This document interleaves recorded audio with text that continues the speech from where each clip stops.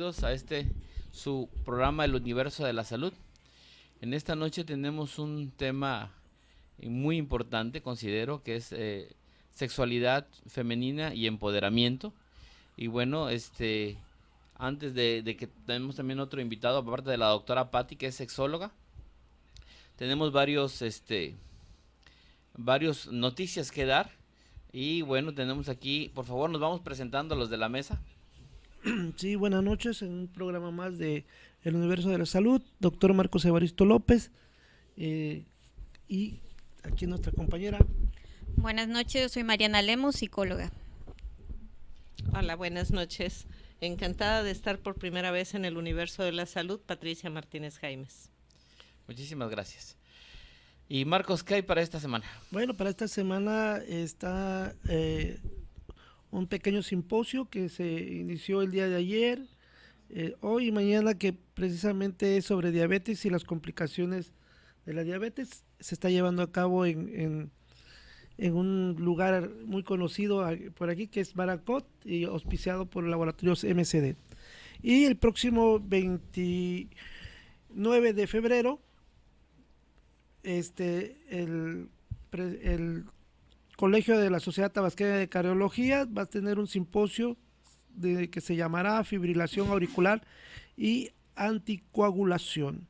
Están totalmente invitados todos, pueden inscribirse directamente al Congreso el día viernes 28 de febrero en el Hotel Sencali Villahermosa. Ok, es A partir precisamente de las 8 de la noche. Las inscripciones son previas a las 19:30 horas. Y hay que llegar, inscribirse y sin costo alguno.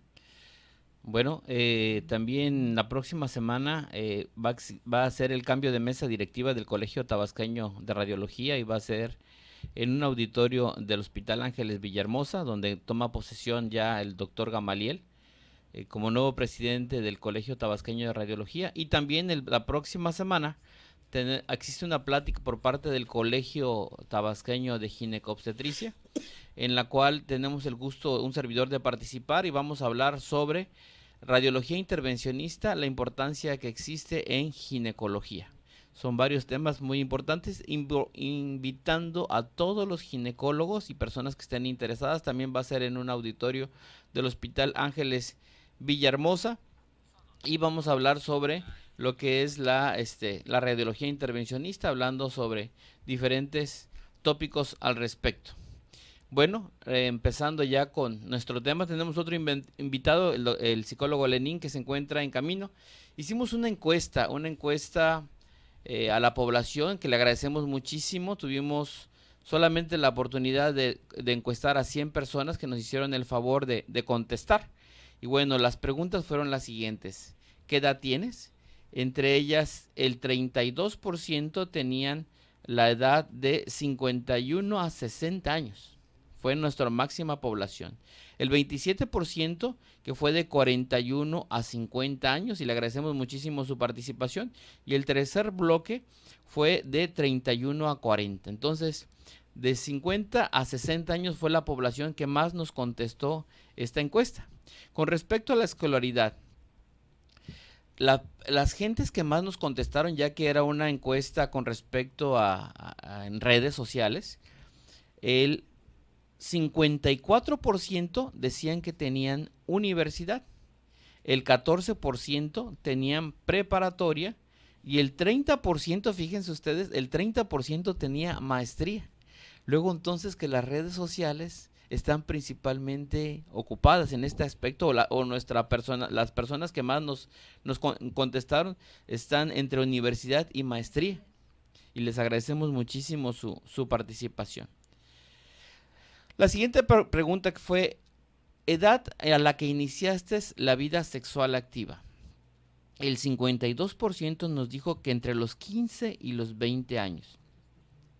El 45% entre los 21 y los 30 años. Y solamente un 2% nos contestó de 31 a 40. Y el 1% nos dijo que entre 10 y 15 años.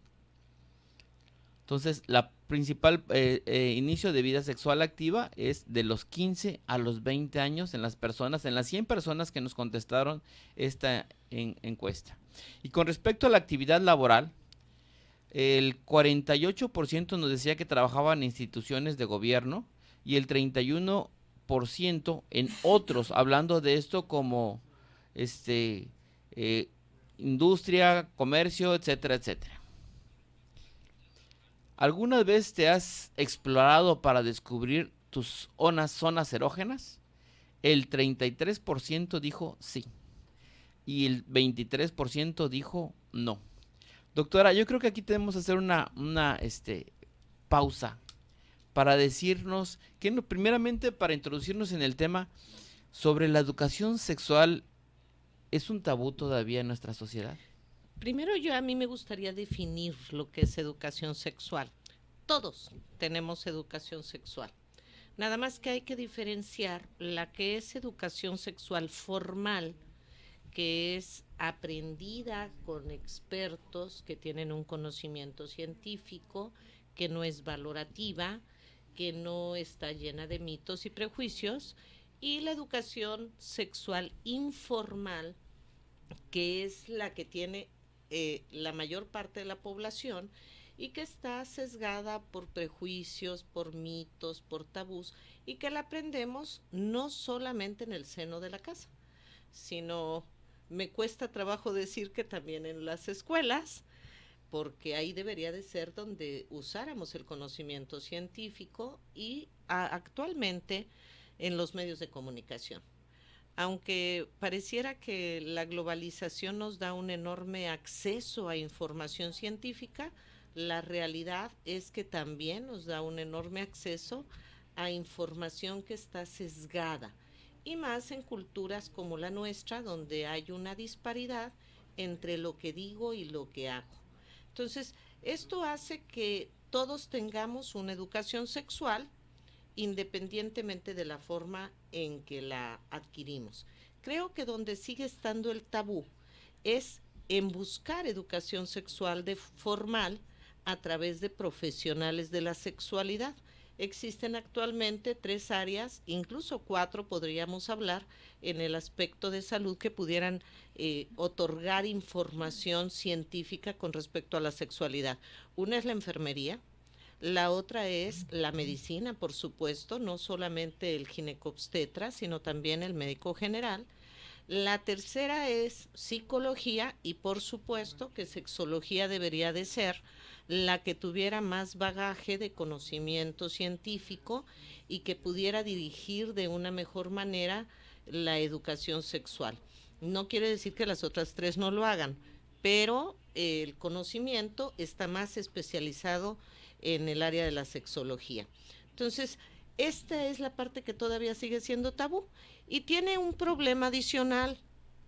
Normalmente acudimos con los expertos cuando detectamos un problema y cuando este problema es prioritario.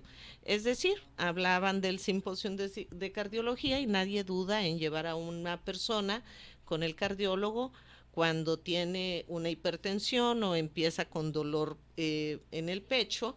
Sin embargo, la sexualidad todavía en este siglo XXI sigue siendo tomada como algo que no es prioritario, y por lo tanto solamente cuando no me queda de otra o cuando tengo resueltas muchas otras necesidades puedo dispensar recursos económicos para acudir a buscar la ayuda profesional del sexólogo. ¿Y por qué hablo del aspecto económico? Por algo muy sencillo. Las instituciones de salud todavía no contemplan como una necesidad apremiante el abrir clínicas de sexualidad para derechohabientes, si son instituciones con derechohabiencia, o incluso la Secretaría de Salud. Uno puede ir a buscar trabajo a la Secretaría de Salud como sexólogo y no hay plazas.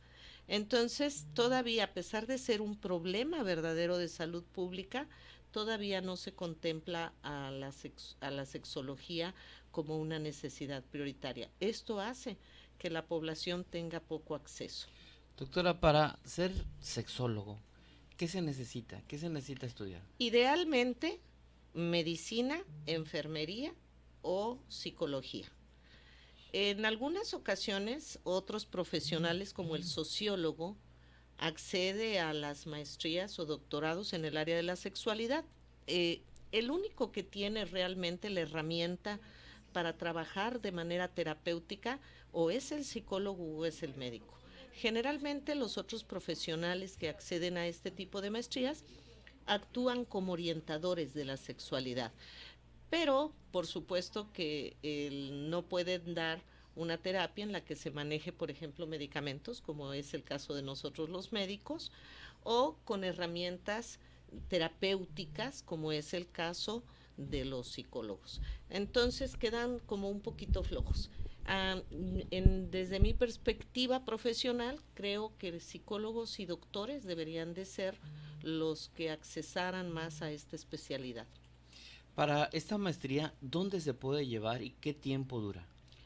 Ahorita ya hay muchas escuelas que ofrecen la especialidad o la maestría en sexología. La mayor parte está en las grandes ciudades, en la Ciudad de México, en Guadalajara, en Monterrey. Muchos se van a estudiar a Argentina o España, que son los dos países que de verdad hacen muchísima investigación en materia de sexología, y de manera semipresencial acuden en las escuelas que tienen sus centros en las grandes ciudades, acuden a estados como el nuestro. Vienen, hacen de manera semipresencial el proceso educativo, aquí se puede llevar a cabo, pero acudiendo 1 o 2 veces cada mes en fin de semana. Bueno, vamos a ir a una pausa de nuestros patrocinadores y en un momento continuamos con esta tema sobre sexualidad femenina. Muchas gracias.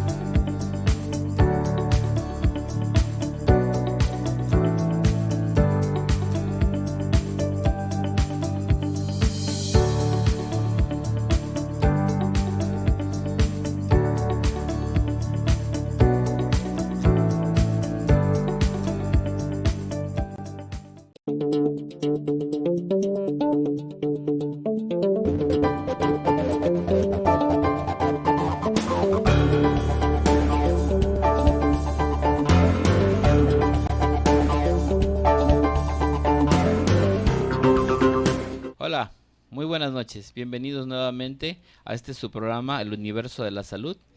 En esta noche hablando sobre sexualidad y empoderamiento femenino. Y damos las gracias y le damos la bienvenida al psicólogo Lenín. Si por favor se puede presentar, por favor. Que claro que sí. Buenas noches, Lenín Izquierdo Cupido para servirles. Gracias por la invitación. Gracias a usted. Y ¿dónde se encuentra, por favor, el psicólogo? Bueno, en las mañanas estoy dando unas clases en la Universidad Juárez Autónoma de Tabasco y por la tarde en el Hospital de Salud Mental. Por allá nos encontramos. Muchísimas gracias. A la orden. Estábamos platicando hace ratito sobre la doctora Patti nos comentaba sobre sexualidad y bueno, la importancia que debería tener como una especialidad en los hospitales, y es muy difícil encontrar una plaza de sexólogo y que lo tengan contemplado así. Pues hasta donde yo sé no lo existe. A duras penas incluso está el código de psicólogo especializado, pero no en Tabasco apenas hay 2 o 3 categorías o plazas como psicólogo especializado. Habemos muchísimas personas que tenemos varias especialidades, maestrías y cualquier posgrado, pero no está contemplado, pero de que es útil, creo que ya indispensable ya generar una plaza que se dedique, o una clínica de sexualidad, por ejemplo. Si ahorita está el boom en las escuelas de género y que a los niños desde el kinder les quieren enseñar que deben de aceptar los diferentes géneros, etcétera, etcétera. ¿Cómo poder interactuar si no existe en sí la educación, no? Pues es que hay una educación informal y hay una educación formal. La educación formal, que es la que nos compete, bueno, nos competen las dos porque necesitamos también pues erradicar tanta educación informal a través de la educación formal, objetiva, científica. Cada día hay programas, las secretarías promueven algunos programas, pero no se están haciendo programas de sensibilización, que es como que lo que hace falta. Sí nos están dando educación sexual, pero lo que necesitamos es educación de la sexualidad, que eso es muchísimo más amplio, no solamente es el aspecto biomédico, sino es el aspecto social, cultural, religioso y etcétera, ¿no? Si me permites, yo quiero agregar algo. Hace muchos años, Secretaría de Educación Pública empieza con este proceso donde empiezan a aparecer antes, hasta 5º año de primaria, el área de sexualidad. Sin embargo, se comete un grave error desde mi perspectiva. Pusieron las autoridades a docentes que tenían conflictos con su propia sexualidad a hablar de sexualidad. Inicialmente el programa no es obligatorio y entonces el maestro, si quería, lo daba el tema, y si no, se saltaba. Actualmente el proceso educativo de la sexualidad, adoleciendo de muchas cosas, está efectivamente desde kinder, pero seguimos con el mismo problema. No hemos educado a los docentes primero para que ellos resuelvan su propia problemática y después puedan llevar a cabo una transmisión de conocimientos sin prejuicios y no valorativa. Y entonces les estamos hablando a los chicos que no hay problema con la preferencia sexual, cuando tengo maestros, con todo respeto, que son homofóbicos. Tengo maestras que son anorgásmicas y tienen que hablar sobre el orgasmo como una función natural y sana y adecuada y deseable. Entonces, seguimos cayendo en este doble discurso donde te digo algo y hago otra cosa. El problema es que a nivel inconsciente los alumnos perciben esta disparidad en el discurso y entonces, dependiendo no solamente del contenido del discurso, de lo que dice el maestro, sino más bien dependiendo de su actitud al manejar el tema, es como el alumno va a aprender si es correcto o incorrecta la información que le está brindando. Me parece que adicionalmente tenemos un problema más severo. Llegan a la escuela y el docente le da información al chico o a la niña y estos van a casa y ni mamá ni papá quiere hablar del tema. Entonces se sigue convirtiendo en un tema difícil de tratar. Alguna ocasión a mí me preguntaron cuál es la verdadera educación sexual y les decía yo, el día que las familias podamos hablar lo mismo de fútbol mientras comemos que de la actividad sexual. Ese día podemos decir que tenemos una educación sexual amplia, no valorativa, que no está llena de prejuicios, ni de mitos, ni de tabús. Bueno, yo hace tiempo estuve trabajando en lo que era salud reproductiva para adolescentes en la Secretaría de Salud y efectivamente, estoy hablando de hace 20 años, efectivamente me di cuenta cuando iba yo a dar pláticas a las escuelas que los maestros no tenían la información. Regresé yo a avisar, tenemos que empezar por los maestros. Estamos hablando, repito, de hace 20 años y por lo que veo sigue el problema. A mí lo que me preocupa y desde hace 20, 22 años, el embarazo en adolescentes. Por más pláticas que demos, creo que no va por ahí, por donde tenemos que apoyar. Entonces, no sé cómo podríamos, ya hablando sobre lo que es el empoderamiento de la sexualidad, cómo podemos empoderar a nuestros jóvenes y adolescentes para que tengan una sexualidad responsable y de autocuidado. Una pregunta para cualquiera de los dos. Tomando lo que comenta aquí la compañera psicóloga, y que hace años precisamente se inició el boom en la Secretaría de Educación Pública y se crearon supuestos departamentos de psicología, que hay una psicóloga aparentemente en cada escuela, pero en las escuelas secundarias, y que nada más llegan, yo creo que de hobby, ¿no? Pero en lo que es preescolar y primaria, que es donde inicia la base, los médicos deberíamos estar ahí, los colegios deberíamos estar ahí. ¿Qué aportarían ustedes para que el secretario de Educación Pública, que esperemos que nos esté viendo igual, ¿verdad?, pudiera en un momento dado crear un auténtico programa de educación sexual? Creo, si me permites, Lenín, creo que lo primero es hacer conciencia de qué es lo que verdaderamente queremos conseguir. Cubrir un programa es muy sencillo. Lo meto dentro de la currícula escolar, obligo al maestro a darlo y entonces me pongo palomita y digo ya cumplí. ¿Cuál es la intención de poner estos programas? Idealmente era educar a la población, pero volvemos a lo mismo. Educo jóvenes, pero no le enseño a los padres para que le den seguimiento a esta educación. Ni educo a los docentes para que tengan desarrolladas las capacidades y las habilidades que se necesitan para poder dar la educación. Y les voy a poner un ejemplo muy sencillo. Alguna vez se me ocurrió hacer un curso solo para mujeres y así le puse de texto.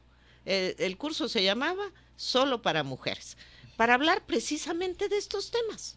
Educación, cómo se vivía la sexualidad, etcétera. El 80% del grupo había vivido violencia sexual. ¿Qué hace un docente si habla de sexualidad y de repente resulta que va a tener una niña que fue tocada, una niña que fue abusada o una niña que fue violada? Esto no es nada más de dar la información, sino qué hago con la parte emocional que esta información va a generar y qué hago con la parte social. Porque adicionalmente, cuando llegamos sobre todo a la adolescencia y se despierta en los seres humanos esta necesidad de la vivencia de la sexualidad, si tengo conflictos hacia el interior del hogar y no puedo hablarlos, entonces estoy dando un disparo que me va a rebotar en la cara, porque no voy a tener un camino abierto para seguir hablando del tema, ser entendido, comprendido, etcétera. Sí, definitivamente que incluso en la Secretaría de Educación mencionan las normatividades que todos los docentes de todos los niveles tienen que tener por lo menos un curso o un posgrado o una capacitación, un diplomado, por ejemplo, en educación de la sexualidad o educación sexual, pero pues no se da. Y se debe dar como un proceso formativo, no informativo. Lo que menciona es eso, necesitamos formarnos y nos hace falta esta parte de la sensibilización. Cuando hablamos de sensibilización hablamos de que el concepto de la respuesta sexual humana la tenemos que encarnar, pues, o sea, como el ABC de cualquier tema, ¿no? Para ello necesitamos expertos en el área, pero que estén formados también, no que estén informados de qué es la sexualidad o qué es la sexología. Esto es muy, o sea, en todos los niveles tenemos que atacar de la misma forma, pero tiene que haber la voluntad, creo más bien. En Tabasco yo por ejemplo sigo coordinando la maestría en sexología y traigo. ¿En dónde, perdón? Aquí en Villahermosa tenemos, rentamos una casa, y ya tengo 8 años abriendo grupos cada año. Son grupos pequeños porque traer maestros de la Ciudad de México es muy costoso. Pero bueno, ya tenemos Noé, por ejemplo, también que ya no pudo llegar, es producto de estas maestrías en sexología educativa y sexología clínica. Entonces hay que invertirle, o sea, nos cuesta mucho porque pues traer a 2 maestros que te den un taller viernes, sábado y domingo y mantenerlos es costoso en relación a las otras maestrías que se abren en el estado. Pero de que hay ya y la gente sabe, por ejemplo, también ahorita el 25 de abril abrimos por segunda ocasión el diplomado de abuso sexual infantil, pero el tratamiento y prevención. No solamente el identificar, ya todos sabemos identificar cuando hay abuso, ya eso es algo que hasta todo el mundo lo sabemos y lo tenemos ahí en el texto, pero trabajar a una persona que ha sufrido un abuso sexual desde la infancia ¿por qué no podemos hablar de sexualidad como hablamos de fútbol, como menciona?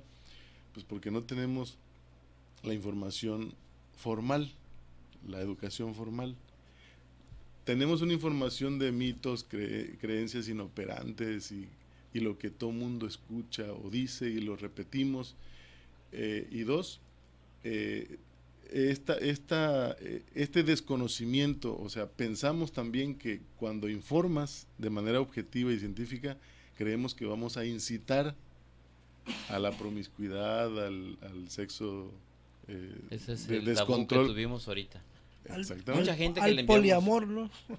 Que bueno, ese es otro bueno, punto. al libertinaje sexual. Exacto. Al Que libertinaje creo que sexual. cuando tenemos una formación bastante objetiva y científica, creo que hasta nos vamos mesurando, cuidando, organizando mucho más porque hacemos muchas cosas. Hay un punto muy importante que yo vi hace 2 días. Fui con la nutrióloga de ahí del Hospital Rovirosa, un servidor, soy diabético, hipertenso y estoy en dieta.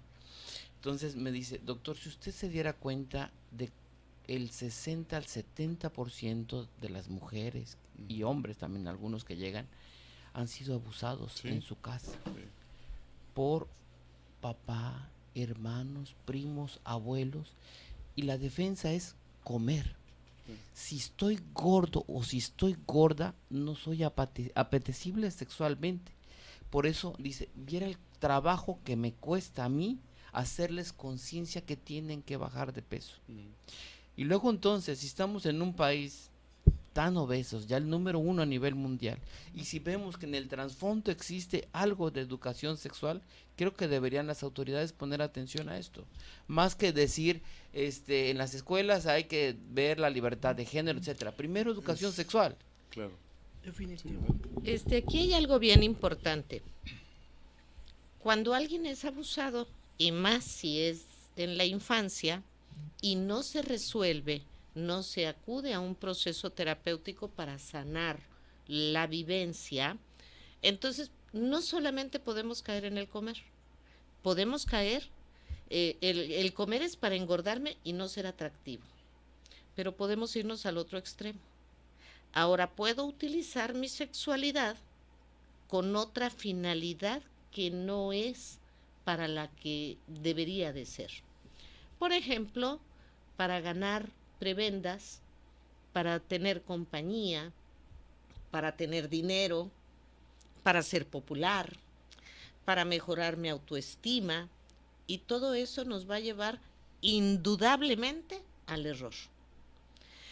También puede haber personitas que se vuelvan totalmente retraídas y en ese retraimiento vivan una autoculpándose, una culpa que no merecen, pero que es una constante en el manejo del paciente adulto que vivió un abuso sexual o una violación durante los primeros años de vida. Aunque ellos entiendan bajo el concepto teórico que no eran responsables, emocionalmente siguen viviéndolo como si lo fueran. Y esto las autoridades de salud no han querido reconocerlo, pero es verdaderamente un problema de salud pública. ¿Y por qué es un problema de salud pública? Muy sencillo, esto nos va a generar violencia intrafamiliar, nos va a generar, por ejemplo, una de las causas más comunes de licencias médicas en muchas instituciones de salud es el síndrome de colon irritable. Y el síndrome de colon irritable generalmente tiene un trasfondo orgánico, psicógeno. Entonces, como no es orgánico, pasan con el gastro, pasan con todo mundo, pero nunca se les ocurre que el fondo es psicológico y que por tanto algo no está bien con esa persona. Y eso nos cuesta dinero, porque una licencia médica genera un impacto económico en el país. Pero además, cuadros de depresión, muchas mujeres hoy, no nada más mujeres, también hombres, pero en el caso de las mujeres, son incapacitadas continuamente porque presentan cuadros de ansiedad, cuadros de depresión, y si les hiciéramos una historia clínica sexual, muchas de estas personas van a tener historias de abuso o de violencia sexual, y efectivamente es en el hogar, porque en el hogar es donde estamos la mayor parte del tiempo cuando somos menores de edad.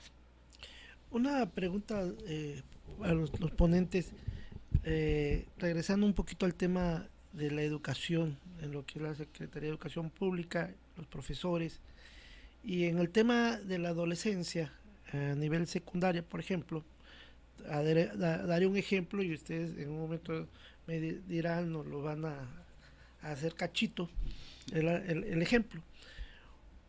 Un profesor que es varón y borra el pizarrón y donde va borrando el pizarrón se va meneando de una manera muy peculiar, así muy suavecito. Muy suavecito y sugestivo. Muy subliminal y mensajista. Exactamente, y los alumnos enfrente viéndolo, ¿no? Estamos hablando. Es literal y es un ejemplo que estoy poniendo a la mesa porque lo hemos visto, ¿no? Para que no me tomen como si fuese yo un misógino, si fuese yo un individuo. Como que tú estuviste ahí. Homofóbico, ¿no? Exactamente, ¿no? Pero un profesor con esa tendencia. Homosexual. Exacto. Y dándonos un ejemplo hacia nosotros en la etapa de la adolescencia, a la juventud, ¿no? Que estamos en esa etapa todavía de que si somos o no somos, si queremos o no queremos. ¿Ustedes qué opinan? Bueno, y también hay varios temas ahí para revisar. Así es. La preferencia genérica es algo que no vamos a modificar. Así es. O sea, no es algo que, no es una elección así como de que hoy me levanté y elijo esto. La preferencia se asume, se acepta, se adopta, pero es algo que, o sea, hay sin número de estudios que todo pudiera apuntar que se conforma, pues. El niño y la niña al año 8 meses, en primer lugar, ya tiene una identidad sexual. O sea, sabe, ustedes le preguntamos a una niña o a un niño de 1 año, 2 años, y le preguntamos qué es, y qué nos va a responder, pues soy niña o soy niño, independientemente de su sexo. Ahora, las cuestiones de los rasgos, de los roles, o sea, partiendo de que no vamos a hacer ningún cambio, es más, ni siquiera no está comprobado de que porque existe una violación, una persona va a ser homosexual. O sea, cuando empezamos a conocer esto, el cómo se exprese la persona, cuando entendamos que no va a haber una modificación ni porque el niño juegue siempre con puras hermanitas o al revés, cuando sepamos que eso no se da de esa manera, nuestra ansiedad va a bajar un poquito, porque estamos muy ansiosos porque aunque no seamos homofóbicos, aunque no lo seamos, hacemos todavía... Ahorita nos acabamos de reír y dijimos, o sea, y que si hace esto, que si hace lo otro y aquí y allá. Entonces, todavía eso es hacer un juicio valorativo y estereotipar un movimiento, porque el movimiento femenino, bueno, en la actualidad ya las feminidades y la masculinidad ya cambiaron, o sea, en la casa el hombre que no ayuda en la casa, bueno, está cometiendo algo que le puede costar en la relación de pareja y todo lo demás. Sí, hay violencia intrafamiliar por eso. Sí, ¿verdad? ¿verdad? Desafortunadamente, Sí. ¿no? Es un Sí. cambio de rol. Pero mi perspectiva a lo que yo me preguntaba, o que yo les preguntaba, era en relación a la ética de profesor al alumno. O sea, ¿está bien? ¿Está mal? Ahí eso es a donde voy. No tiene nada de particular. Finalmente es como si una mujer borrara el pizarrón y también se moviera al borrarlo. Aquí la cuestión es que estamos viviéndolo como prejuicio y entonces tenemos varones que son con movimientos delicados, lo que llamamos delicados, finos, y entonces lo estigmatizamos y decimos, está rarito, ¿no? Algo como que no me checa. Queremos seguir viviendo en el rol estereotipado del varón macho, fuerte, que no se mueve con lentitud, sino que lo hace imponiéndose. Y la realidad es que la falta de conocimiento nos lleva a esto, porque la mayor parte de los homosexuales no se ven femeninos. La mayor parte de los varones homosexuales se ven muy hombrecitos y la mayor parte de las mujeres homosexuales se ven muy femeninas. Así es. Entonces, aquí estamos entrando en lo que verdaderamente nos implica el manejo de nuestra sexualidad cuando vemos a alguien haciendo algo que nos enseñaron que era malo. Porque finalmente los adultos de ahorita, que tengamos más de 30 años, todavía recibimos una educación sexual informal sobrecargada de mitos, prejuicios y tabús. Y somos los que estamos educando a nuestros niños y a nuestros adolescentes que se siguen riendo y apoyando lo que decía Lenín. Vamos a un bar y ponen a alguien a hacer un show y hacen un chiste sobre homosexuales y todo el mundo se ríe y es violencia. Y hacen un chiste sobre las suegras o sobre las mujeres y todo el mundo se ríe y es violencia de género. Sin embargo, nos parece que como es muy común y como es muy social, nos parece que está permitido. Ay, hombre, nada más lo dijo de broma, es juego. Y ahí es donde tenemos que cambiar la cultura. Tenemos que enseñar a la gente que si yo lo digo, aunque sea de broma, mi cerebro lo aprende, porque mi cerebro no puede distinguir entre la broma y lo que es real. Y que por lo tanto, así lo voy a vivir. Tenemos que ir a un promocional y quiero regresar a hablar, por favor, de sexualidad femenina. Por favor. Exclusiva.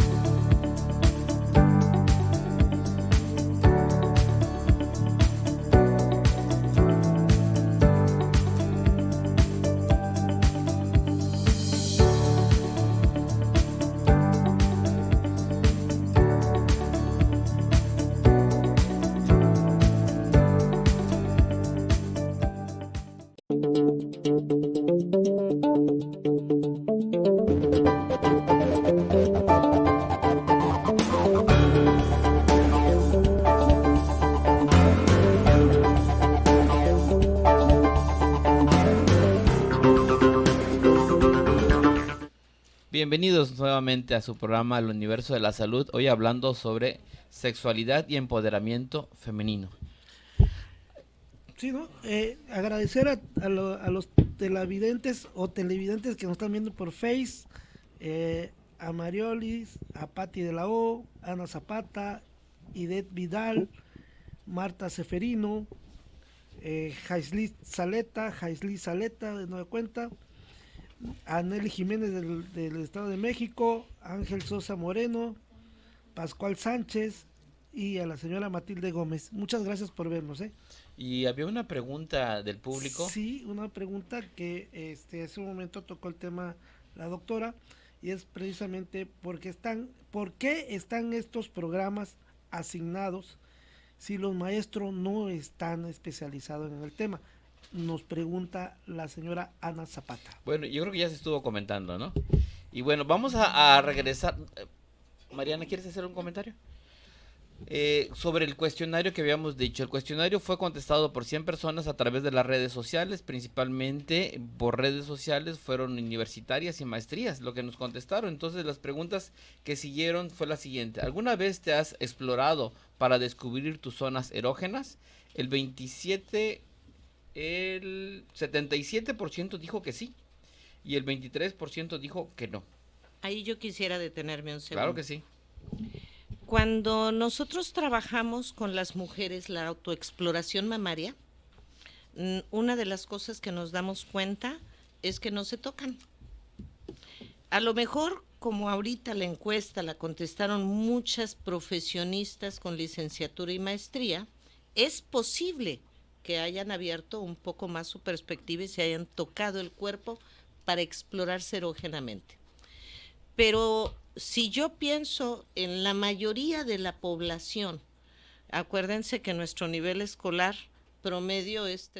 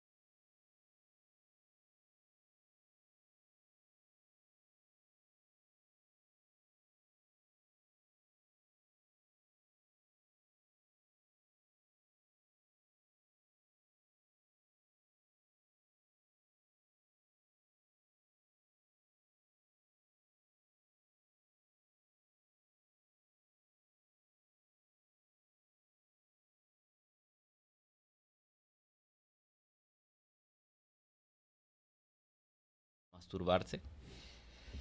La pregunta, le repito, principalmente fueron universitarias y gente de maestría que nos contestó por internet. El 86% dijo que no. Solamente el 8% dijo que sí. Y el 6% dijo tal vez. ya tienes una disparidad. Dicen que no es malo, pero no lo hace. Porque el porcentaje de quien se ha tocado erógenamente es menor. Supuesto. Creo que hay en el tema de la exploración o del autoerotismo, caben varios temas. Un tema es el concepto del pudor. El pudor es un tema que se tiene que trabajar. Eh, la naturalidad de nuestro cuerpo, cuando nosotros queremos nuestro cuerpo, o sea, es que un tema te lleva a otro. Si ya hubo abuso sexual infantil, que voy a querer mostrar mi cuerpo, que voy a querer tocarlo, que voy a querer explorarlo. O sea, hay una barrera, hay un bloqueo que no me permite, porque además también tenemos en Tabasco el alto índice de nuestra población, pues tenemos una cultura judeocristiana. Entonces, ahí nos vamos al tema de... Ahí sí me gustaría hacer la pregunta exactamente. Hablar de masturbación es hablar de pecado ante las religiones. Esa parte ya se modificó. Fíjense ustedes que hablaban la masturbación como el pecado de Onán y es en el Antiguo Testamento. En la realidad, incluso Papa Francisco habla de que el cuerpo es un templo de oración, pero que también a través de la sexualidad, y lo ha expresado así, también se puede bendecir a Dios. Obviamente no estamos hablando de una sexualidad sin control, estamos hablando de una sexualidad responsable, de una sexualidad que tiene como función no solamente el placer por el placer, sino el placer con una finalidad. Cuando vivimos el placer por el placer, me dedico como mujer, me importan estos 10 minutos y lo que pase después no me interesa.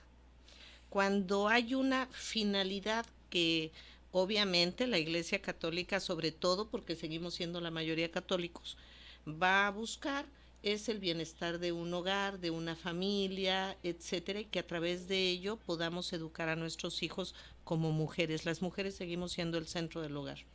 Entonces, sí se ha modificado, la Iglesia ha modificado su postura.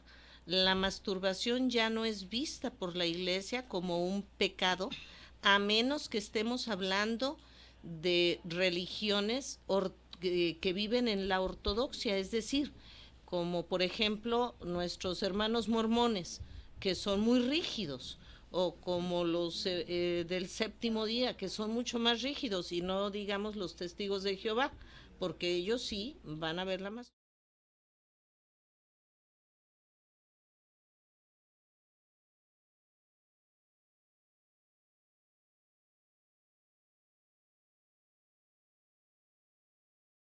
cáncer, pacientes mastectomizadas, pacientes con un cáncer cérvico-uterino, y los médicos nunca preguntan acerca de su sexualidad. A nosotros como psicólogas nos toca esa parte, ¿no? Pero vemos la autoestima cómo está muy afectada. Muchas de estas mujeres son abandonadas por sus parejas y otras no saben cómo volver a iniciar sus relaciones coitales, que esa es la palabra adecuada. Ese es un tema bastante importante. Cuando he estado dando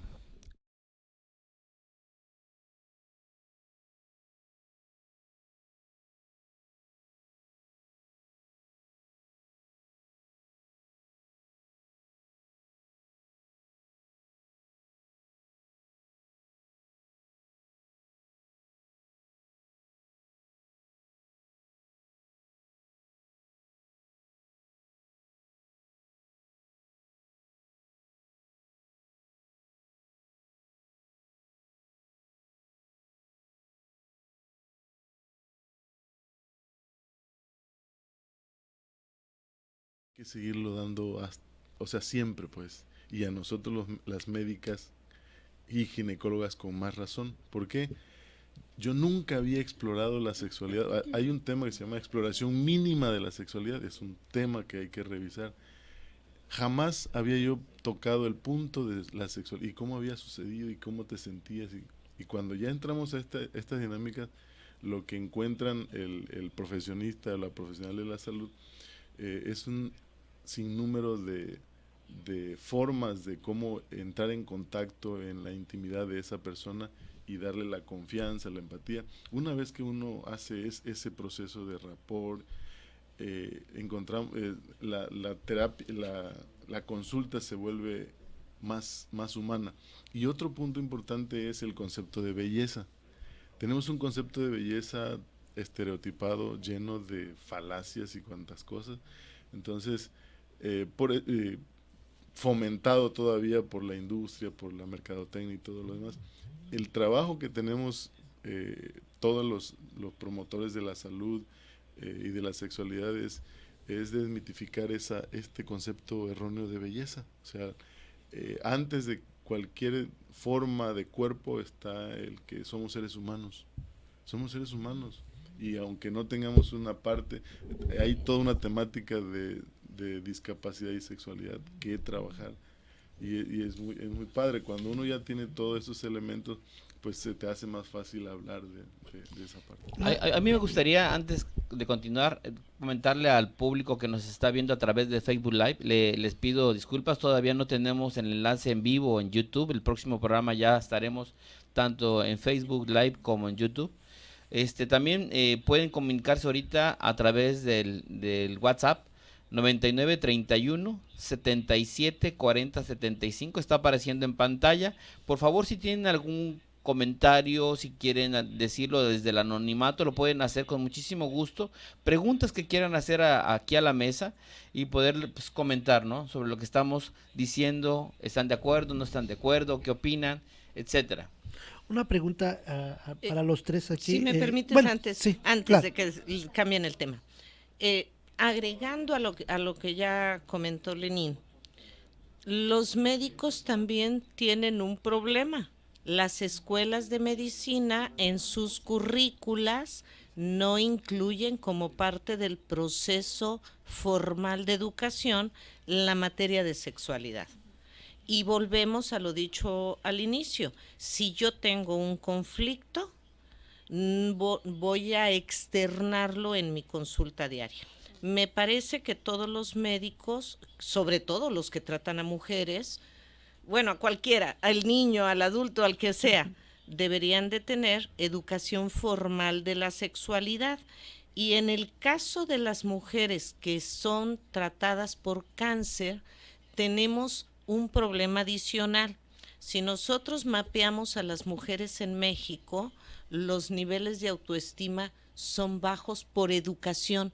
Es un problema derivado de nuestra cultura, donde les hemos enseñado, bien lo decía él, tenemos otra vez la doble moral, te decimos la belleza es esto, pero no seas vanidosa. Entonces, ¿dónde es lo correcto? evaluar y valorarme y apreciar mi cuerpo, entonces soy vanidosa. Y el no verlo es generador de una baja autoestima. Entonces tenemos que trabajar con las mujeres, no solamente las mastectomizadas, una mujer que tiene diabetes, alguien a quien le amputan un miembro, a quien le sacan el útero. Las mujeres que le sacan el útero se sienten vaciadas, dicen, ya me vaciaron, porque en el concepto femenino, si no puedo seguir pariendo, entonces ya no soy mujer.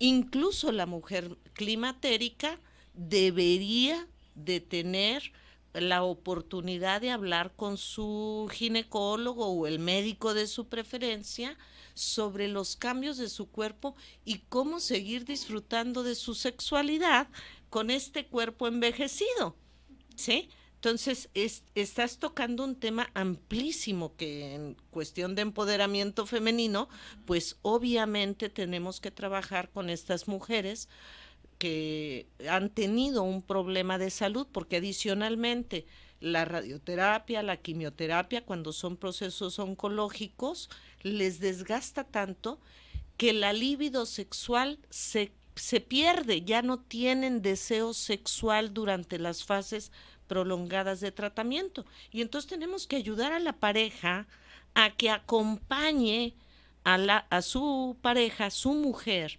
en este proceso y no solamente la abandone. Ok. ¿Querías hacer una pregunta o Bueno, seguimos más con la bien, encuesta? ya la Ya la doctora contestó. hizo algo referente a las mujeres que en un momento están, no sé si se escucha muy feo la palabra mutilada, pero creo que es Creo que es a lo la que vas. verdad, son Sí, mutiladas. así es. Bueno, de la encuesta que hicimos al público, que le agradecemos muchísimo su participación, ¿cuán a menudo en el último mes usted siente deseos o interés sexual? Esto es muy importante.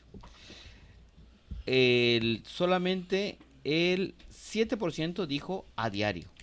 De 4 a 5 veces a la semana fue el 8%, de 2 a 3 veces a la semana, que fue la mayoría, el 39%, una vez a la semana, el 21%, y una a 3 veces al mes, el 25%.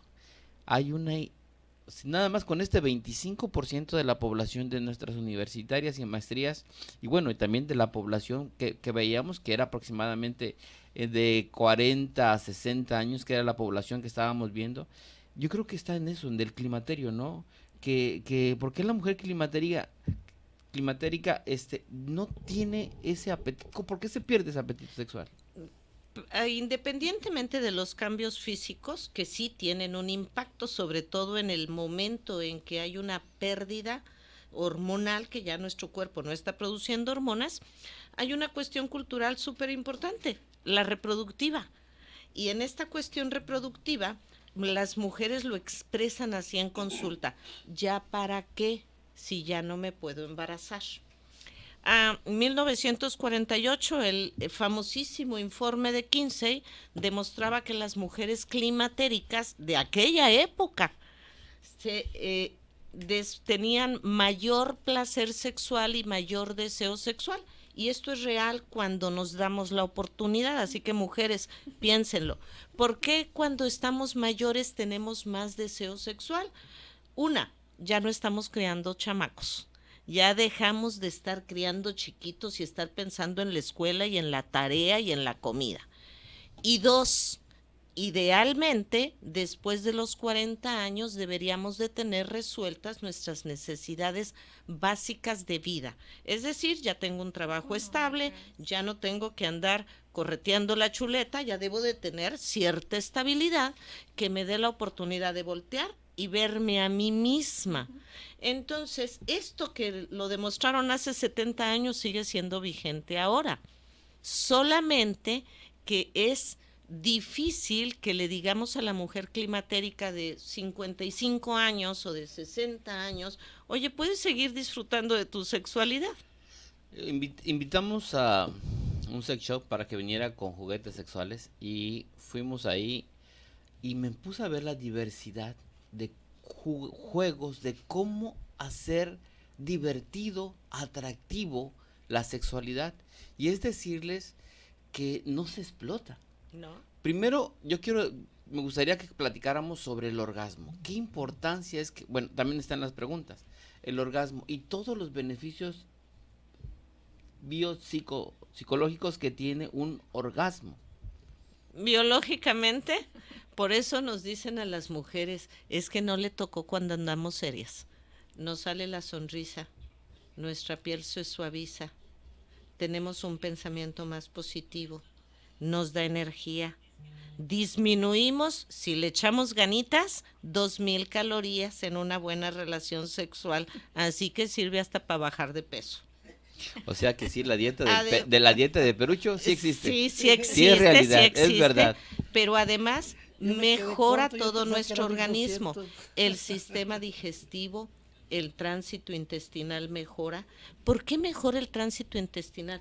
Porque todo este proceso de la actividad sexual permite que liberemos una enorme cantidad de sustancias dentro de nuestro organismo que son positivas. Y esto hace que nuestro cuerpo empiece a funcionar mejor. Yo creo que desde la relajación que existe Sobre posorgásmica, todo, ¿no? la relajación también. O sea, esa explosión Y al otro día estamos bien contentas. neuroendocrina que existe, o sea, es Sí. la suma de los trayectos nerviosos junto con las hormonas donde se unen. Sí. Sí, todo eso es bien válido señalarlo, pero hay que tener también cuidado. En las estadísticas de artículos indexados, es altísimo el porcentaje de mujeres que no han tenido nunca en su vida un orgasmo. Entonces, esto se vuelve un mito también, lo del orgasmo.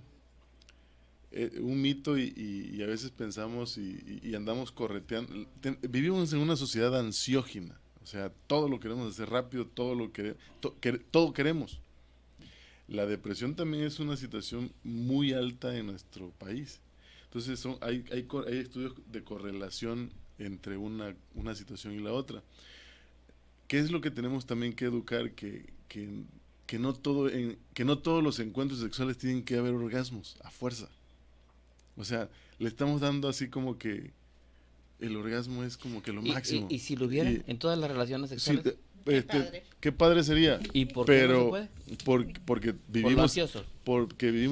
tan ocupados, porque no estamos educados, porque no todos los días, a ver, ¿quién en edad de 20 a 30 años tiene todo el tiempo del mundo para prepararse, para Seducir. hacer todo un ambiente propicio para un encuentro de 2 o 3 horas? No, a ver, hagamos el cálculo de cuánto tiempo le dedicamos a eso. Es mínimo. Entonces no podemos tener orgasmos en un encuentro de 30 minutos. Eso es una falacia también. A menos ahora- que lo preparemos desde antes. Ahora, hay personas que se entrenan, hay mujeres que en 5 minutos pueden tener a los que sean, pero eso son una en 10 millones, o sea, no es así. Por eso hay que tener cuidado en decir, todas podemos, todas tenemos, todos, no es tan así. Otro punto importante, que tenemos que también enfatizar, es que no todo es orgasmo en un encuentro sexual. O sea, a veces te puedes quedar en la meseta un buen rato y así está bien. O sea, tenemos que desmitificar de que cada vez que vamos a estar con alguien, si no me cumpliste, y esa es otra cosa, ¿no? Es porque Creemos andas que alguien con lo tiene. A ver, ¿quién le cumplió a quién? Bueno, eso puede ser que Ambas, la mujer diga o o el hombre diga, o sea, y es más común es la mujer que diga eso, ¿no?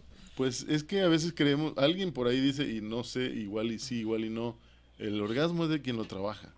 O sea, pero Hay que si luchar por nosotros él. no estamos, si una mujer está deprimida, ¿cómo queremos pedirle que tenga un Pero orgasmo? todo está entre esta mística de una buena relación sexual, que debes de empezar desde el hablar, tocar, oler y llevar hasta la conclusión que es el orgasmo. Claro. Pero como bien decía aquí el doctor, la sociedad ahorita en este momento está a la carrera.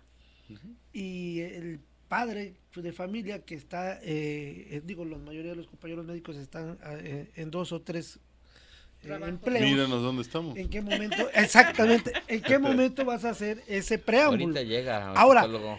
eso no significa Sí, que una relación extramarital te sea satisfactoria tampoco, ¿no?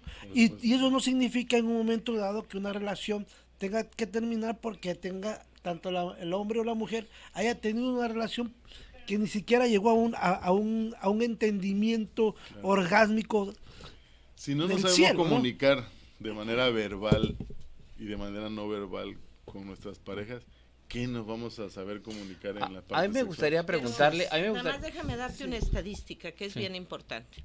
Las estadísticas en nuestro país dicen que el 60% de las mujeres son anorgásmicas.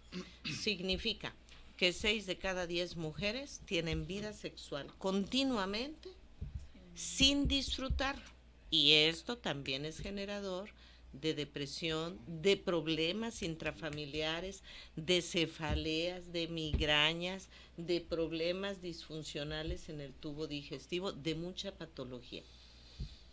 Hay una pregunta aquí del público que me pasaron. ¿Es bueno tener juegos eróticos para llegar al orgasmo? Pues es algo que cuando nos aprendemos a comunicar y nos expresamos tal y cual somos, pero antes de eso tuvimos que haber revisado nuestro cuerpo, cómo funciona, dónde tocar, dónde no tocar, poquito a poquito. O sea, en alguna ocasión hemos traído talleres de juguetes sexuales y el juguete en sí no es el punto. O sea, si yo tengo la capacidad de abrirme a expresarle, hay una pregunta en la encuesta Sí, de sí. si yo tomo la iniciativa, por ejemplo, ¿no?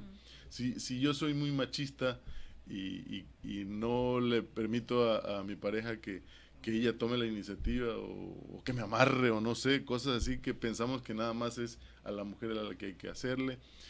¿Cuándo vamos a introducir algún juguete? Pues nunca. Entonces, creo que sí es importante que primero conozcamos nuestro cuerpo, segundo, expresemos y tercero, poquito a poquito para implementar. Cada juego que tú puedas hacer, a veces no son juegos con juguetes, a veces son juegos más entre uno, que también pueden ayudar. También hay otro dato bien interesante, también estadístico. Y esto le va a encantar a las mujeres que están compartiendo este espacio. Entre más actividad sexual tenemos con la misma pareja, es decir, parejas establecidas con una historia detrás, tenemos más posibilidades de disfrutar de forma más plena la sexualidad. Por algo que decía ahorita Lenín, cuando estamos conociéndonos no sabemos qué botón tocar, es como comprar un coche nuevo y no sé qué botoncito tocarle, pero a los 10 años, hasta dormido, encuentro los botoncitos del coche. Bueno, sin que esto se tome como que la mujer es el coche, bueno, cuando tengo una pareja y el hombre o la mujer o la pareja que sea, conoce su cuerpo y su pareja también conoce el cuerpo de su pareja, entonces se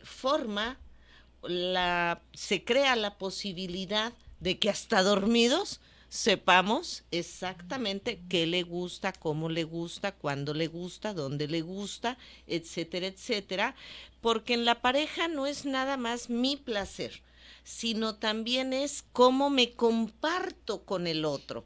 Y en este cómo me comparto con el otro es también preocuparme por el placer del otro, aunque sea cada quien responsable de su propia sexualidad. Sí, yo soy responsable de mi sexualidad, pero eso no quiere decir que mi pareja no tenga que ver con mi disfrute sexual. A mí me gustaría, con la pregunta que había hecho el público sobre los juegos, yo creo que hay muchas cosas. Primero, todo se vale cuando ambos aceptan. Eso es muy importante, ¿no? Hablar bien y decir, y bueno, y pues ni modo, respetar. Y tratar de llegar a un acuerdo, un diálogo. Después, yo creo que las parejas establecidas es importantísimo empezar a quitar tabús y poder hablar. Y si por ejemplo, hay gente que es muy cuadrada, que dice, no, porque esto es pecado, no, porque esto. O sea, es tan difícil, ¿cómo poder decirle a esa gente, por favor, date permiso de disfrutar al máximo tu cuerpo? Sugerencia, díganles que se vayan un fin de semana, una noche fuera de casa, sin hijos, y que vuelvan a ser solamente pareja, que dejen de ser de vez en cuando papá, mamá, trabajadores, ama de casa, etcétera, etcétera. Algo que tal vez se vea como que no está dentro del tema. Las parejas de zonas rurales y las parejas de zonas urbanas, ¿no? Las zonas rurales parecieran ser que son las que más duran, y y las que viven en las zonas urbanas son las que tienen hasta 4 o 5 rompimientos matrimoniales. ¿Ustedes creen que se daban precisamente esas actividades de sexualidad o hay otros ámbitos que rodeen? Es una pregunta así muy tendenciosa, porque tendríamos que revisar si ya hablamos ahorita que en las encuestas los profesionistas aparentemente tienen como que más conocimiento, se dan más permisividad, en las zonas rurales pudiera ser el factor, no es tanto el buen desempeño, la satisfacción sexual, sino a veces es la domesticación, el cuidar que yo soy la mujer y a mí me enseñaron que tengo que soportar. En la consulta ahorita estoy en urgencia en el hospital de salud mental, y de 10 mujeres que tienen que pasar a psicología después de psiquiatría o antes, todas es por una situación de violencia, algún tipo de violencia, y eso impacta en la satisfacción sexual.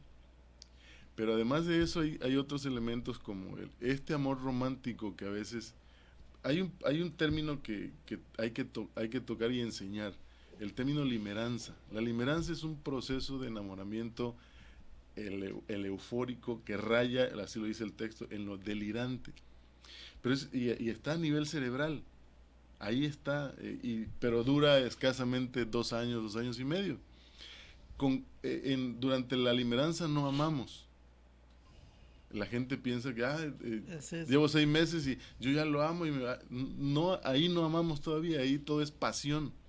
Ahora, el concepto de amar viene después de todo ese enamoramiento loco, cuando ya hay una responsabilidad y dices, yo me quiero quedar con ella porque tiene este defecto y lo otro, pero yo puedo pasar la vida con ella, porque puedo hacer esto, lo otro, aquí, allá. Construcción. Y entonces eso ya es el amor. Y por eso hay personas que pueden tardar 50 años casados con sus altibajos y lo que sea. Y habrán personas que no pueden durar tanto tiempo con una pareja y se casan y se vuelven a casar y están, porque también hay cuestiones bioquímicas ahí importantes. Las bioquímicas, las culturales, más las sociales y las religiosas, a veces condicionan una psicosomático, psicosocial. Pero hay un factor adicional. ¿Se vuelve a tener eso un trastorno psiquiátrico? Sí. En las sociedades rurales, el factor económico tiene un impacto mayor. En las zonas urbanas, la mayoría de las mujeres estamos incluidas en los procesos laborales. Sí, y entonces nos podemos mantener. Y es más factible que en las zonas rurales las mujeres sigan siendo dependientes económicas de sus parejas. Y eso implica que si yo me enojo con mi pareja, ya quién me va a mantener. Y además viene otro factor que es un gran mito para las mujeres. ¿Quién me va a querer si yo ya tengo 2 o 3 o 4 chamacos? ¿Quién me va a mantener? ¿Quién me va a ayudar a mantenerlo? Pero también en la zona suburbana se da eso, ¿no? Pero inclusive es más común se vuelven más ricas las mujeres de la zona suburbana, ¿no? Como decimos en México, el que paga manda, o sea, y eso desgraciadamente así es. Todavía, poco a poco va cambiando esto, pero todavía existe mucho, sobre todo en las comunidades. Yo quisiera esta pregunta, porque para volvernos a centrar, sexualidad femenina. ¿Alguna vez has tenido fantasías sexuales? De nuestras universitarias y maestras, el 78% dijo sí. Con Brad Pitt. Justamente hay una pregunta aquí y dice, ¿Por qué es excitante el agua para hacer el sexo más en la playa? Esa es la respuesta. El ser humano tiene una capacidad que no tienen los animales, o sea, dentro de muchas otras capacidades a desarrollar, y es la fantasía o la imaginación. La fantasía es un elemento que cuando lo integramos a nuestros encuentros sexuales, esto se vuelve, como la palabra Claro, dice, claro. fantástico. Entonces, cuando nos enseñan a fantasear, nosotros mismos aprendemos a ser creativos, imaginativos. Hay algunos autores que han revisado, o encuestas donde se han encontrado que el mayor número de fantasías de la mujer generalmente tiene que ver con playa, con agua. ¿Por qué? Pues porque Es te romántico. conecta, lo ven como romántico, Romántico. es algo que ahí está Dale un trapito, dando, cuidado. Por ejemplo, el agua puede ocasionarnos tantas La tos, cosas, ¿no? hasta tos. Y puedes desarrollar un buen encuentro, ¿no? Por esa razón, porque las fantasías son el ser humano es fan de fantasías de manera natural. Nada más que hay algo que es muy importante. Muchas fantasías sexuales debemos dejarlas como fantasías. Bueno, hay Porque cosas que son si no, violentas y han causado muertes, ¿no? No solo violentas. Por O el ejemplo, una pseudomasoquismo. tendencia de hace quizás 8 a 10 años hacia la fecha es que muchas mujeres o muchos varones inducen a la mujer a la fantasía del trío. Ah, ok. Y entonces lo juegan a nivel de fantasía, y pasado un tiempo quieren llevarlo a la realidad y fracturan la relación de pareja. Se acaba. Entonces, la fantasía es fantasía y es disfrutable cuando la compartimos, a lo mejor platicada, pero la mayoría de las fantasías se convierten en Las parejas swinger, ¿no? Que le problema. llaman actualmente. No, la swinger es otra cosa. Es cuando compartimos, o sea, yo voy con mi pareja y nos compartimos con otra pareja, con 20 parejas más. Es otro boleto. Así que yo Los sí tríos estaba los hablando. tríos. Yo sí les sugiero a las mujeres, porque es un fenómeno que yo veo cada vez más, de forma más común en el consultorio, que parejas muy jóvenes ya están en este proceso de incluir a terceras personas, pero después se quejan porque me fue infiel, y le decía, a ver, espérate, tú abriste la puerta. ¿Cómo te puedes quejar de la infidelidad si estás abriendo la puerta? Entonces, tenemos que ser muy cuidadosos. La fantasía la debemos de promover, es creativa, nos hace disfrutar, pero generalmente no es para llevarla a efecto, que es diferente al juego sexual. Juego sexual sí. Ahora, sí comparto esa parte, pero para poder nosotros, porque nosotros no podemos determinarle a la gente cómo es que tiene que ser su encuentro y sus relaciones y cuál es el camino. En la sexualidad nada está escrito. Habrán personas, y cada vez hay más personas, que estilan diferentes tipos de relaciones y no solo la monogámica. Y dicho sea de paso, hay escritos donde se puede observar que la tendencia natural del ser humano no es a la monogamia. Hay todo un escrito antropológico, sociológico que lo describe. Eso sería tema de otra situación.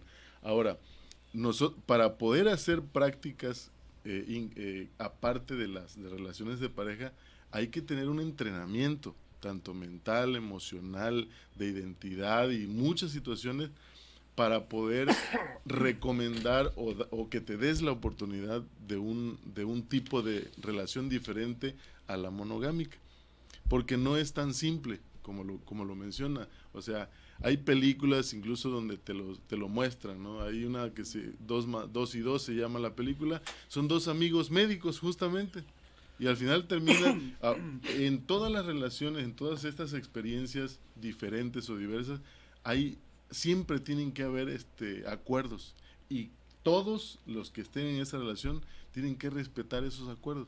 Ahora, si yo tengo un trastorno de personalidad, si yo estoy en un cuadro depresivo, no me puedo meter a una situación así, porque lo que va a suceder es que vamos a romper con todo. Yo quisiera hacer un comentario. Yo considero que el mejor Viagra para la pareja son las fantasías y la imaginación. Y hablar y pueden hacer sus propios juegos, si quieren anexar juguetes en un futuro verlos como complemento, lo pueden hacer. Y bueno, sería muy bueno que todas las parejas tuviéramos también algo de educación sexual, ¿no? Sobre prácticas, etcétera, etcétera. ¿Ustedes hacen algún curso al respecto, alguna capacitación o pueden ir a consulta para este tema? Por Sí, por favor. supuesto, no nada más los procesos que ya se desarrollan y que ha comentado Lenín. Todos los hospitales, por ejemplo, generan ya dentro de sus procesos de capacitación talleres. También la consulta de sexología es una puerta abierta. La consulta con muchos psicólogos que han tenido entrenamiento específico sobre el área de sexualidad o han hecho la maestría, la especialidad, también es una vía de entrada. Pero quizás lo más importante, más allá de todo proceso de capacitación, es que empecemos a trabajar para tener gente mentalmente más sana.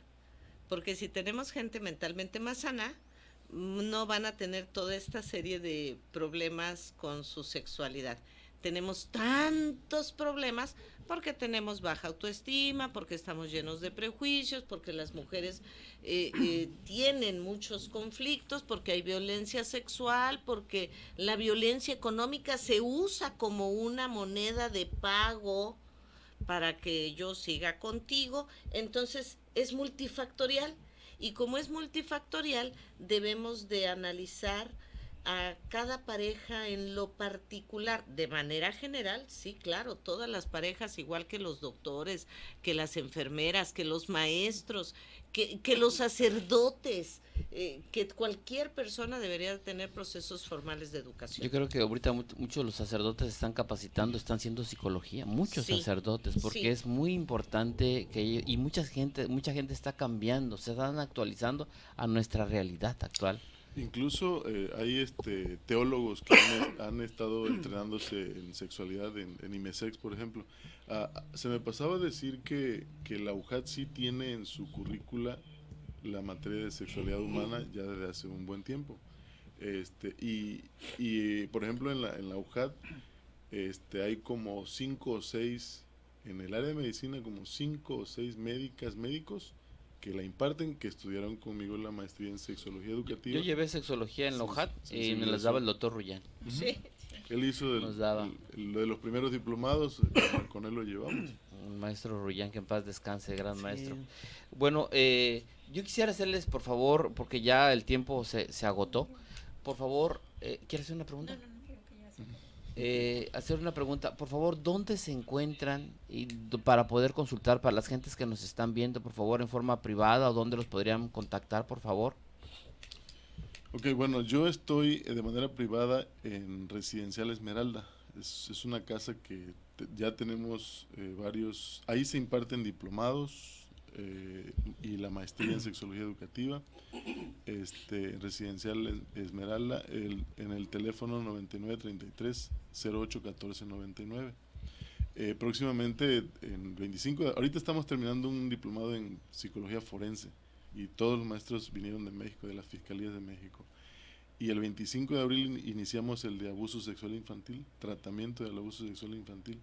Ojalá, ya tengo como 10, 12 personas ya inscritas. Ok, pero en caso de que una pareja quiera a una consulta de sexualidad, al número que nos dio, lo vamos a poner en la página del Facebook para las personas que nos están viendo, o si se quieren comunicar al WhatsApp 99 31 77 40 75, con gusto le damos el teléfono del psicólogo. Y en nuestra página web, En la página web, así y es. yo estoy en puedo decir el Por nombre, favor, ¿verdad? por favor, y su teléfono. En el Hospital Ángeles Villahermosa, en la primer torre, en el tercer piso, el consultorio 323, y el teléfono es el 9933-161564. Muchísimas gracias. ¿Algún comentario? No, pues me gustaría que pudieran venir, porque este tema es muy amplio y nos podemos llevar, como decía la doctora, horas hablando acerca de sexualidad. Entonces a lo mejor más adelante, como decía el doctor, algún programa sobre sexualidad en jóvenes, en adolescentes, en niños, en ancianos, que es otra población. Y podríamos muy hablar también de, bueno, sobre juguetes sexuales. por ejemplo. Juguetes sexuales. Bueno, muchísimas gracias a todas las personas que nos han visto en Facebook Live. Para la próxima semana estaremos en un programa totalmente diferente a esto y vamos a estar actualizados con el tema de coronavirus, influenza, dengue y otras enfermedades virales. Porque el tema del coronavirus, coronavirus, es que me acuerdo de la cerveza Corona, todo el mundo está vacilando con eso y me cuesta trabajo decirlo. Se está acercando, no sabemos, esperemos en Dios que no llegue a México. Hasta ahorita hemos estado y los chinos están trabajando muy bien, pero ya se están preparando nuestras autoridades en caso de que llegue a presentarse. Entonces, por favor, estén atentos a la próxima transmisión. Esperamos sus comentarios. Y si ustedes quisieran algún tema en especial con respecto a lo de sexualidad, queremos comprometerlos, por favor, a ver si nos pueden acompañar, porque es muy importante este tema. Claro muy, que sí, muy con importante. muchísimo gusto. ¿Sí?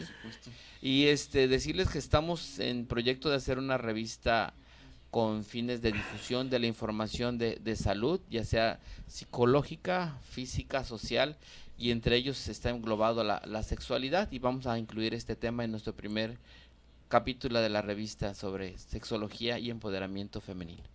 Muchísimas gracias. ¿Algún mensaje, Marcos? Sí, ¿Dónde nos pues encontramos, por favor? Nos queda claro en conclusión de que la sexualidad es parte esencial del ser humano y que también llevándolo bien estaremos bien y no llegar a estados psiquiátricos, ni siquiera rebasarlo más allá de lo que está pasando en nuestro país. También déjeme decirle, doctor, que el coronavirus hasta ahorita, esperemos que no nos lleguen. Hay una hipótesis de que en la zona tropical es muy difícil de que llegue, así que de este lado, de esta zona, vamos a estar libres de ese mal. Pero que el dengue ahorita está haciendo mucha mutación, está cambiando inclusive sus síntomas y sus signos. Yo he tenido pacientes, inclusive la última paciente de 61 años que interné con unos compañeros internistas en la Clínica Santa Cruz con 22,000 plaquetas, inició con un cuadro gastroenteral. Entonces ya no es el clásico dengue, aquel de que te daba el dolor retroocular, etcétera, ¿no? Yo creo que va a estar muy interesante la próxima semana hablar sobre esos padecimientos. Doctor Marcos Evaristo López, la próxima semana nos vemos. Que no se ahogue, por favor. Sí, ¿verdad? Que tome bien el agua. Sí. Sí. Bueno, aquí hacer un poquito de énfasis en lo que se refiere a la formación de los sexólogos, porque es una responsabilidad trabajar con esto. Creo que a mí me parece que con un diplomado no es suficiente, se necesita maestría, especialidad, y sí me gustaría que lo oyera mucha gente porque no es fácil. Y para esto hay que trabajar primero con nuestra sexualidad para poder ayudar a los demás. Ahorita, Sí. el 7 de febrero iniciamos un nuevo grupo de maestría y este viernes vamos a replicarlo porque se quedaron pendiente 3 personas y lo vamos a replicar y va a ser de repaso. Si alguien se interesa en formarse como sexólogo clínico o sexólogo educativo con REBOE federales en sexología, y los maestros vienen del Instituto Mexicano de Sexología, que es la institución que ha formado más de 650 sexólogos y sexólogas en el país. Ok, decirles a las personas que nos ven, todos estos datos va a estar en el Universo de la Salud, página web, va a estar la publicidad, ya nos cortó la alarma, pero van a aparecer los datos de nuestros panelistas, y bueno, por favor, nos están pidiendo el público que si por favor pueden volver a dar su nombre y dónde los localizan, por favor. Ok, servidor Lenín Izquierdo Cupido. Me pueden localizar en el teléfono 9933-081499. Ahí con un WhatsApp yo les devuelvo la llamada y hacemos agendamos una cita.